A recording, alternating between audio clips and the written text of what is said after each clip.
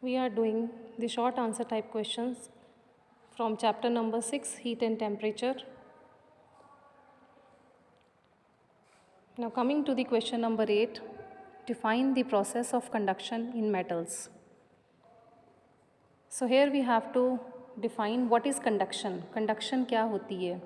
तो सिंपल शब्दों में अगर मैं आप लोगों से शेयर करना चाहूँ बेटा, तो कंडक्शन होती है, ये हीट ट्रांसफ़र का एक मोड है. This is a mode of heat transfer in which heat is transferred from one particle to another in contact. इसमें क्या होता है बेटा, पार्टिकल अपनी जगह छोड़ के एक जगह से दूसरी जगह नहीं जाते, सिर्फ पार्टिकल्स वाइब्रेट होते हैं और ड्यूरिंग वाइब्रेशन ये अपनी एनर्जी को दूसरे पार्टिकल को ट्रांसमिट करते हैं और धीरे धीरे इनकी एनर्जी एक पार्टिकल से दूसरे पार्टिकल को, दूसरे पार्टिकल से तीसरे पार्टिकल को ट्रांसमिट की जाती है. तो अगर हम इसकी डेफिनेशन को देखें, it is defined as that mode of heat transfer in which the heat travels from one particle to another in contact along the direction of fall of temperature without any net displacement of the particles. तो इसमें ये चीज़ बहुत important है note करने वाली, without any net displacement of the particles. तो इसमें particles अपनी जगह छोड़ के कहीं और नहीं जा रहे हैं और हीट ट्रांसफ़र भी हो रही है. हीट ट्रांसफ़र हो रही है एक जगह से दूसरी जगह के लिए, बट जो पार्टिकल्स हैं वो अपनी जगह पे ही वाइब्रेट कर रहे हैं.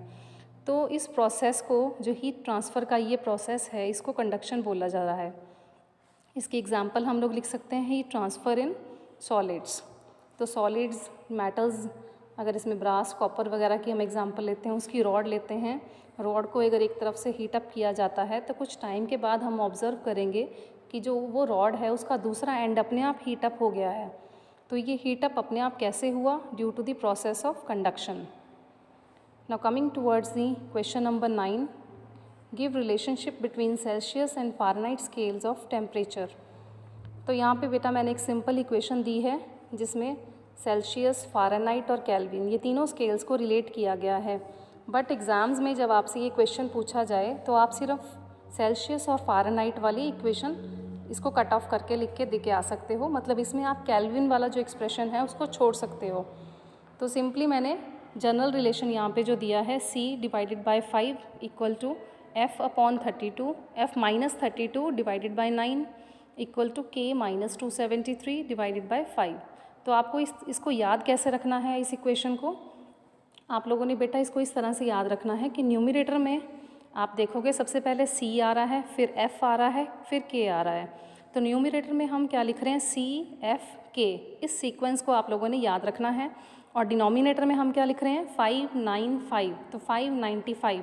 डिनोमिनेटर का ये सीक्वेंस आपने याद रखना है और न्यूमरेटर का आपने ये सीक्वेंस याद रखना है, C, F, K. फिर F में से हम 32 को माइनस कर रहे हैं और K में से हम 273 को माइनस कर रहे हैं. और नीचे हम इनके जो सिंबल्स हैं उसको मेंशन कर रहे हैं कि वो क्या हैं. जैसे C stands for degree Celsius, F stands for Fahrenheit scale and K stands for kelvin scale. तो इसमें से आई थिंक अगर आपसे सेल्सियस और फ़ारेनहाइट स्केल के बारे में पूछा जाता है तो आप केल्विन वाला छोड़ सकते हो. और अगर इन तीनों में से कोई भी दो के बारे में एग्ज़ाम से पूछा जाता है तो आप किसी तीसरे वाले को छोड़ सकते हो. तो इसको आई थिंक आप लोग खुद एडिट कर सकते हो जिस अकॉर्डिंग ये उसमें क्वेश्चन पेपर में ये क्वेश्चन पूछा जाता है. Now coming to the question number 10, temperature of a patient is 40 degree Celsius. What will be the corresponding temperature on the Fahrenheit scale. तो एक पेशेंट है जिसका बॉडी टेम्परेचर यहाँ पे 40 डिग्री दिया गया है और हमने फ़ारेनहाइट स्केल में उसकी वैल्यू क्या होएगी वो यहाँ पे कैलकुलेट करनी है.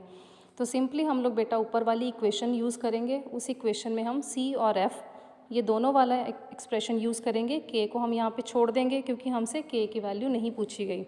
तो इसको सॉल्व करने के बाद हमारे पास F की जो वैल्यू आएगी, it is coming F equal to 104. तो हम यहाँ पे लिख सकते हैं, so the corresponding temperature on the Fahrenheit scale is equal to 104 degree F.